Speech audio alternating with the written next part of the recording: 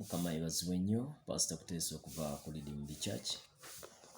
Leero njagadde okwogerako naawe nga nkusaba to free yourself. Wesumulule.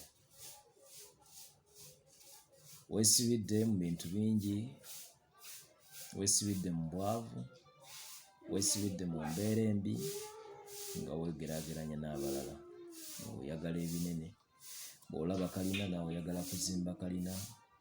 Bw'olaba limousine naawe oyagala kuvuga limousine. Nga tonnaba na kugula oba oliawo nga tolina na ssente zigula bicycle. Sigaana kisoboka era n'ebyamagero Mukama akyabikola, naye weesumulule. Tandika n'ekitono ky'olina. Tandikira ku step gy'olina. For example, tewali ensonga lwaki oloota okutandikira ku kinene nga tonnaba kutandika kitono. Kintu ekyo kyasumbuwa nnyo nga tukyapangisa. Nga buli lwe ndowooza ku kugula poloti, njagala kugula kinene. Kubanga mu kyalo eyo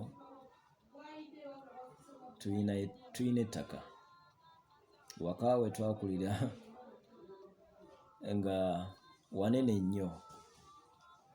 Tutambula ne mulya ffene, ne mulya emiyembe, ne mulya biki byonna, bikajjo, wonna nga weebiri. Kati nga buli lwe ndaba nga bwe batwalanga ku ttaka nga 5 ku 100, 3 ku 5, ssente bwe ziti. Kati nga buli lwe I reflect n'ekiri waka. N'olaba kapoloti nga aka 3 ku 5 nga lwe lujja lw'omu kyalo.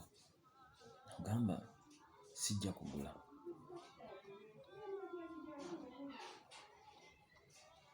N'olaba nga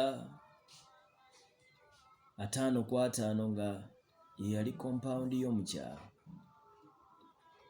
Ne kinsumbuwa nnyo nga ndowooza ebinene naye ate nga sinnatuuka kubeera mu position oba kufuna ssente ezikola kye njagala. Kituuka sometime.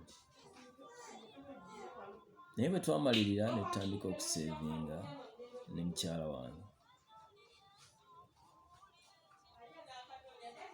Era poloti gye twasooka okugula yali 3 ku 5. But from there we twatandikira awo, Mukama n'aggulawo. Ebirowoozo ne bigaziwa, n'olaba ng'osobola okutandikirawo awo ate n'ofuna ewalala. N'olaba ng'ebintu bitandise okukyuka endabika. Kyensaba naawe okyuse endaba y'ebintu. Oluusi embeera tugyesibamu ffeffekka. Nti bw'oba osula mu apartment naawe osuubira ojja kuzimba apartment. Nedda. Bintu ebyo biri opposite. The way we see it is not exactly the way it is in a real life. Bw'oba ng'osula mu apartment osobola okutandika n'emusiko ne bw'ozimba rental. Nga bw'olindirira ekirooto kyo. Naye muganda wange, mukwano gwange, mwannyinaze, nkubuulira nti bw'oneesula mu apartment eyo ng'olinda ogivemu ng'oyingira mu apartment eyiyo, bisobola okugaana. Kyobula abantu bangi bamaliriza bubi n'ogamba gundi tubadde tulaba ng'akola. Naye nga yalemererwa okutandika okwesumulula.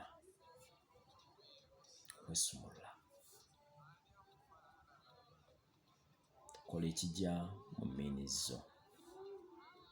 Tojja kwejjusa. Ebintu ojja kulaba nga bikusanyusa.